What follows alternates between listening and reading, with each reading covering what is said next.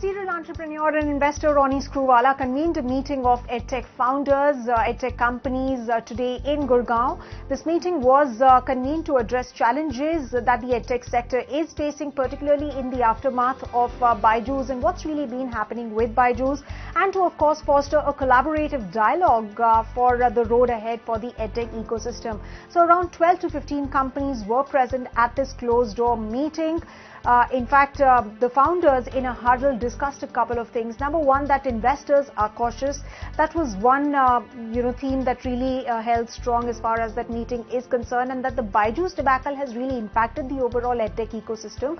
But one company's performance, one company's failure should not really affect the overall ecosystem, because there are lots of good things that are also happening.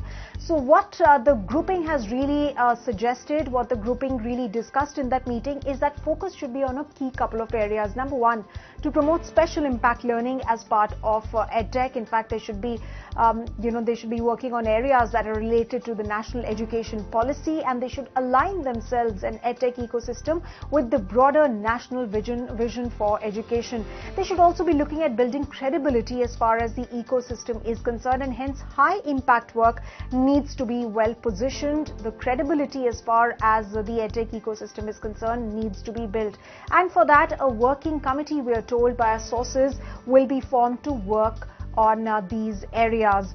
So Ronnie Screwvala has been a vocal critic of how byjus has been handled, and he had, in a post on X, expressed support for the decision of byjus major shareholders to remove the current management and rejig the board.